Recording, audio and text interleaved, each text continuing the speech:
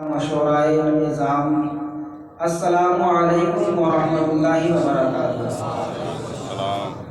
آئیے ہم اور آپ سب سے پہلے آقائے نامدار مدینے کے تاجدار احمد مجتبی محمد مصطفیٰ صلی اللہ تعالی علیہ وسلم کی بارگاہ میں اپنی خراج عقیدت کو پیش کرنے کے لیے درود شریف کا نذرانہ پیش کریں اور پڑھیں اللہم صلی علی سیدنا شفیعنا حبیبنا مولانا محمد وسلم صلاۃ و سلام علیک یا رسول اللہ صلی اللہ تعالی علیہ وسلم۔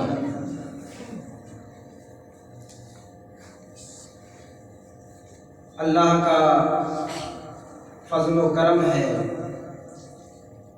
اللہ نے ہمیں یہ توفیق دی ہے کہ ہم اور آپ اس مجلس میں نبی صلی اللہ تعالی علیہ وسلم کے نائب حضرت خواجہ معین الدین چشتی اجمیری رضی اللہ تعالیٰ عنہ کی یاد کے لیے محفل سجائے ہوئے ہیں۔ یہ اللہ کا بڑا ہی کرم ہے ہم لوگوں پر،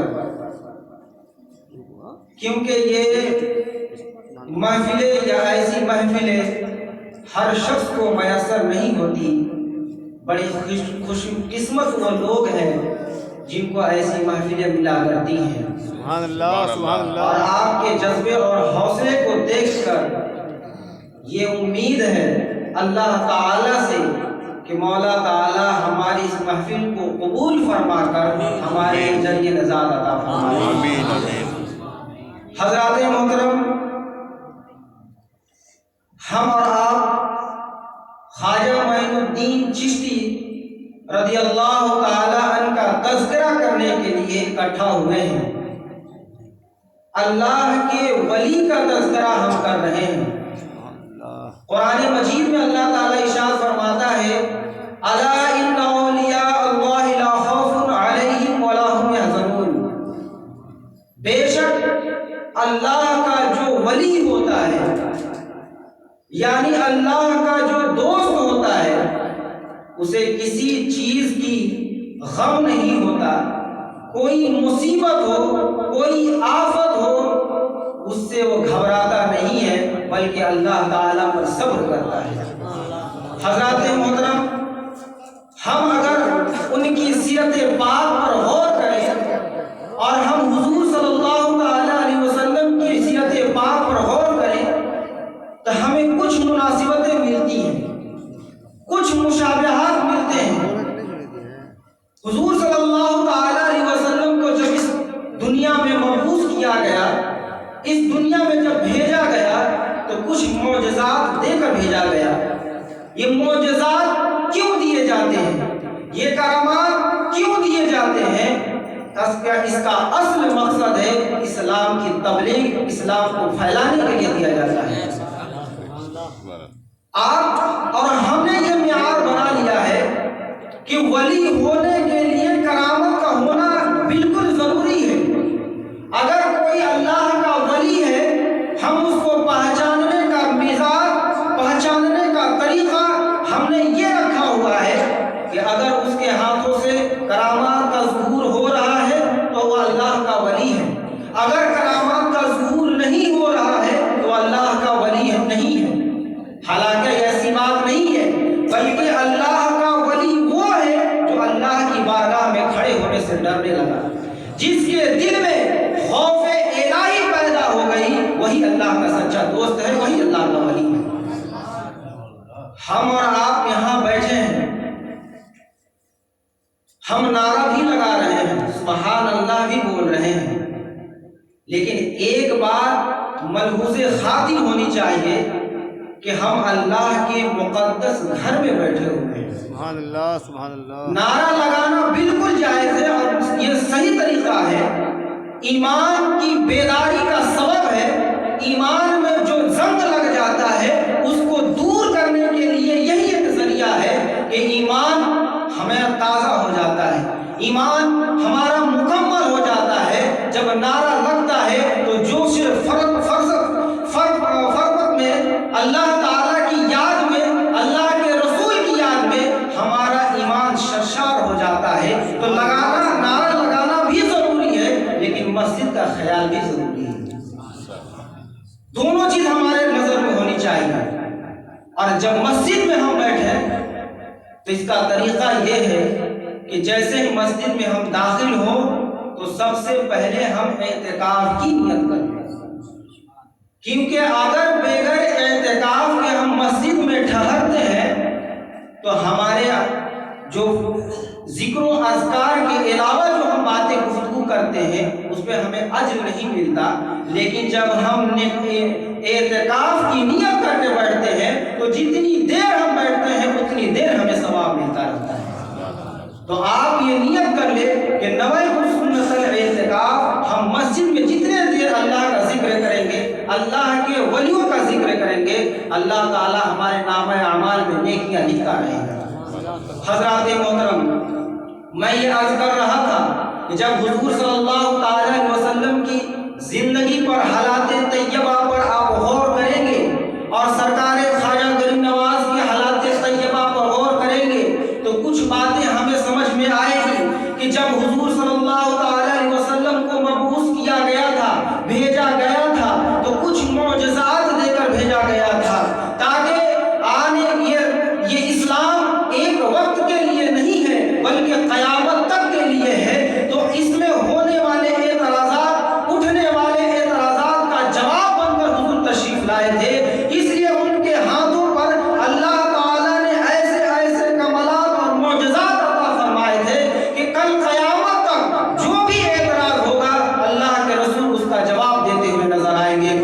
حضرات محترم، جب حضور صلی اللہ تعالیٰ علیہ وسلم تشریف لائے تو وہ ایسا دور تھا کہ عرب کے لوگ اپنی زبانوں پر بڑا فخر کرتے تھے، اپنی زبانوں کو بڑا ناز کرتے تھے، اپنے آپ کو عربی کہتے، باقی لوگوں کو عجمی کہتے تھے، یعنی اپنے مقابل کسی کو سمجھتے نہیں تھے، کوئی ان کے نزدیک کسی کا وقار نہیں تھا، سب بولنے والے عرب کے لوگ تھے، باقی لوگوں کو وہ گونگا کہتے تھے۔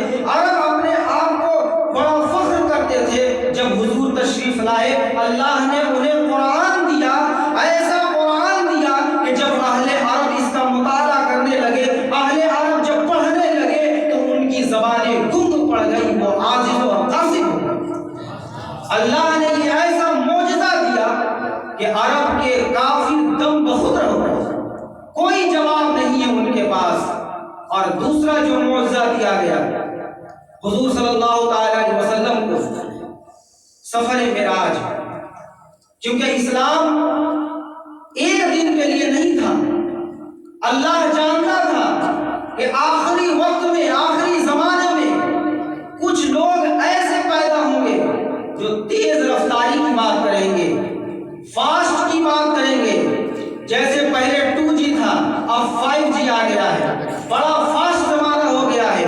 پہلے بیل گاڑی کا انتظام تھا، آج بلیٹ ٹرین کا انتظام ہے، لوگ آج چاند پر جا رہے ہیں، سورج میں بھی جانے کی بات ہو رہی ہے، تیز رفتاری کی بات ہو رہی ہے۔ حضرات محترم، اللہ کو یہ معلوم تھا کہ آخری وقت میں کچھ لوگ ایسے آئیں گے جو تیز رفتاری کی بات کریں گے۔ اللہ نے پہلے ہی معراج کا واقعہ دے کر، معراج کی عظمت کو دے کر، معراج جیسے معجزہ کو دے کر آنے والے لوگوں کا جواب دے دیا کہ دنیا چاہے جتنا فاسٹ ہو جائے، دنیا چاہے جتنا بھی ترقی کر لے، معراج مصطفیٰ کا جواب نہیں ڈال سکتا۔ حضرات محترم، اسی طریقے سے جب ہم خواجہ غریب نواز رضی اللہ تعالیٰ کے حالات پر غور کرتے ہیں، سنجر میں حضرت خواجہ غریب نواز رضی اللہ تعالیٰ کی غالباً ولادت ہوتی ہے۔ اس کے بعد حصول علم کے لیے جب وہ بڑے ہوتے ہیں، اس لائق ہوتے ہیں کہ علم کی دولت سے مالا مال ہویا جائے، علم دین حاصل کیا جائے، ماں سے اجازت لیتے ہیں اور بغداد کی طرف سفر کرنے کا ارادے سے گھر سے باہر نکل جاتے ہیں۔ والدہ محترمہ ان کو حالات سفر میں آنے والی دشواریوں کو دیکھتے ہوئے کچھ ضرورت کی سامان دے دیتی ہیں، کھانے پینے کا سامان، کچھ پیسہ وغیرہ کا انتظام کر دیتی ہیں۔ جب خواجہ غریب نواز سفر پر چلتے ہیں، جنگلوں کا راستہ ہے، طے کرتے ہوئے آگے بڑھتے ہیں، ایک ایسا مقام آتا ہے جہاں پر کچھ ساتھیوں سے ملاقات ہوتی ہے۔ وہ قریب جاتے ہیں، وہ لوگ بھوکے ہوتے ہیں اور سرکار خواجہ غریب نواز سے عرض کرتے ہیں کہ اے بابا، اے آنے والے مسافر، اگر آپ کے پاس کوئی کھانے کا انتظام ہے، کھانے کی چیز ہے تو ہمیں کھلا دیجئے، ہم لوگ کئی دنوں سے بھوکے ہیں۔ چنانچہ جب یہ سوال ان سے کیا جاتا ہے، ان کے سامنے دست دراز کیا جاتا ہے، تو خواجہ غریب نواز حضور صلی اللہ تعالی علیہ وسلم کی خاندان مبارک سے ہیں، سیدی ہیں۔ جب ان کے سامنے ایسا مسئلہ پیش آتا ہے، وہ فوراً اپنا کھانا نکال کر ان لوگوں کو دے دیتے ہیں کہ آپ پہلے کھانا کھا لیں۔ اپنا کھانا دے دیتے ہیں، اپنا کھانا جو سفر کے لیے راستے میں کسی چیز کا انتظام نہیں ہے، دیکھ رہے ہیں ہمیں دور سفر کرنا ہے لیکن پھر بھی بھوکوں کو کھانا کھلا رہے ہیں، یہ حضور صلی اللہ تعالی علیہ وسلم کی سنت ہے۔ کھانا کھلا دیتے ہیں، کھانا کھلانے کے بعد جب آگے بڑھتے ہیں، وہی لوگ پوچھنے لگتے ہیں کہ اے آنے والے مسافر، آپ کو جانا دور ہے، راستے میں اور مشکلیں آئیں گی، سفر لمبا ہے، آپ نے اپنا کھانا ہمیں کھلا دیا ہے، آپ کو اگر ضرورت پڑے گی تو آپ کیسے کھانے کا انتظام کریں گے؟ آپ کھانے کا انتظام کیسے کریں گے؟ سرکار خواجہ غریب نواز جواب دیتے ہیں، اے احمقو، اے بدبختو، تم لوگ بھوکے تھے، تم اللہ کے ناشکرے ہو، تم لوگ ڈاکو ہو، تم لوگ دوسرے کے حق تلفی کرتے ہو، تم لوگ اللہ کی نافرمانی کرتے ہو، اس کے باوجود اللہ تعالیٰ تمہارے رزق کا انتظام کر رہا ہے، تو میں تو اللہ کا برگزیدہ بندہ ہوں، میں تو اللہ پر یقین رکھنے والا ہوں، تو کیا اللہ ہمارے کھانے کا انتظام نہیں فرمائے گا؟ اس کے بعد جب یہ جواب دیتے ہیں تو وہ لوگ طائر ہوتے ہیں، اپنے گناہوں پر شرمسار ہوتے ہیں اور داخل اسلام ہو جاتے ہیں۔ حضرات محترم، یہ سفر کا واقعہ ہے۔ اللہ کسی کو مرتبہ دیتا ہے تو یوں ہی نہیں دیتا، بلکہ اس میں کچھ حکمتیں ہوتی ہیں، کچھ وجوہات ہوتی ہیں۔ حضرات محترم، جب مدینہ شریف سے حضور کی اجازت ہوتی ہے کہ آپ ہندوستان تشریف لے جائیں، آپ اجمیر تشریف لے جائیں، جب حضور سرکار خواجہ غریب نواز رضی اللہ تعالیٰ عنہ اجمیر تشریف لاتے ہیں، یہاں کا حالات بد سے بدتر ہوتا ہے، لوگ بتوں کی عبادت میں مصروف ہوتے ہیں، ہر طاقتور چیز کی عبادت کر رہے ہوتے ہیں، ہر طاقتور چیز، یا وہ پتھر ہو یا پیڑ ہو، سورج ہو، دریا ہو، ہر چیز کی عبادت میں لگے ہوئے ہوتے ہیں۔ ان کو اللہ کی عبادت میں لگانے کے لیے، شرک کی گناہ سے نکال کر خدا کی عبادت میں لگانے کے لیے معجزات کا سہارا، کرامات کا سہارا لیتے ہیں، اور کرامات کو دکھا کر ان کی منہ بند کر کے اسلام کی تبلیغ کرتے ہیں۔ حضرات محترم، کبھی ایسا ہوتا ہے کہ تبلیغ کرنے کے لیے، اسلام کی دعوت دینے کے لیے کبھی زبان کا سہارا لینا پڑتا ہے، کبھی ہاتھ کا سہارا لینا پڑتا ہے، کبھی کرامات دکھا کر اسلام پھیلایا جاتا ہے، اور کبھی جوگی جیسے جے پال کو جوتی مار کر بھی اسلام پھیلایا جاتا ہے۔ حضرات محترم، جب یہاں پر آتے ہیں تو ایک جگہ جہاں بادشاہ کا اونٹ بیٹھا کرتا تھا، وہاں ان کا پڑاؤ ہوتا ہے۔ ساربان آتے ہیں، اٹھانے کی کوشش کرتے ہیں، حکم ہوتا ہے کہ ہم لوگ مسافر ہیں، دور سے آئے ہوئے ہیں، آپ یہاں سے تشریف لے جائیں۔ چنانچہ حکم ہوتا ہے کہ آپ تشریف لے جائیں۔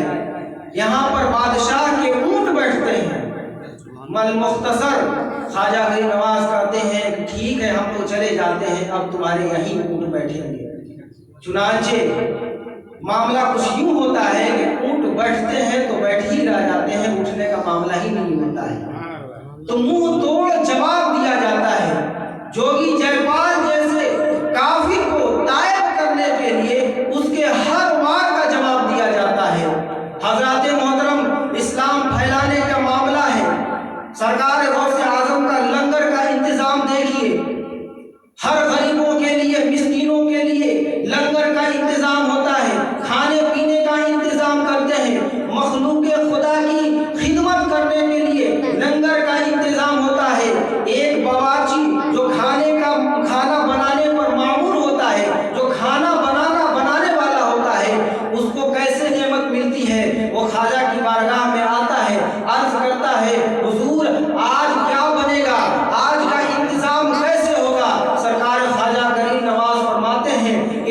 مصلہ اٹھاؤ. جب مصلہ اٹھایا جاتا ہے اس میں اتنے خزانے ملتے ہیں کہ ان سے غریبوں فقیروں کی مدد کی جاتی ہے, ان کے کھانے کا انتظام کیا جاتا ہے.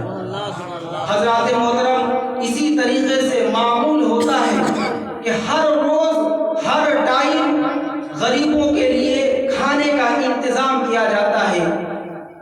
ایک وقت ایسا آتا ہے کہ کچھ لوگ پنجاب کے غیر مسلم ہوتے ہیں, وہ اللہ کے ماننے والے نہیں ہوتے, غیر مسلم ہوتے ہیں. وہ لوگ خواجہ کی بارگاہ میں آتے ہیں, ہر جمعرات کو حاضری دیتے ہیں, ہر جمعرات کو آیا کرتے تھے, لیکن کچھ عرصہ تک ان لوگ موقوف کر دیے, آنا بند کر دیے. خواجہ غریب نواز نے پوچھا کہ اے لوگ, تم لوگ پہلے آیا کرتے تھے, اب کیوں نہیں آتے ہو؟ جمعرات کے دن ہر جمعرات کو تم لوگ اپنے پنجاب سے یہاں آتے تھے, اب کیا ہو گیا ہے کہ تم لوگ نہیں آتے ہیں؟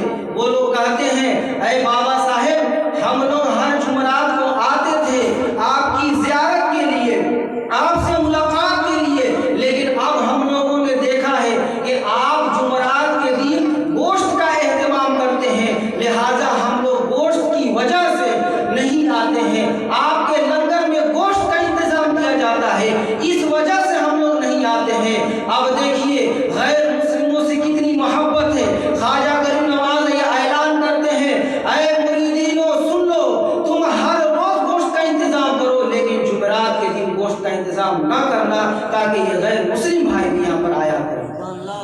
یہ پیغام دیا خواجہ غریب نواز نے, ہمیں محبت سے رہنے کا سلیقہ سکھایا تاکہ ہم لوگ مل کر رہیں اور ان کی ہمدردی ہمارے دل میں بھی رہے, ان سے بھی پیار و محبت رہے.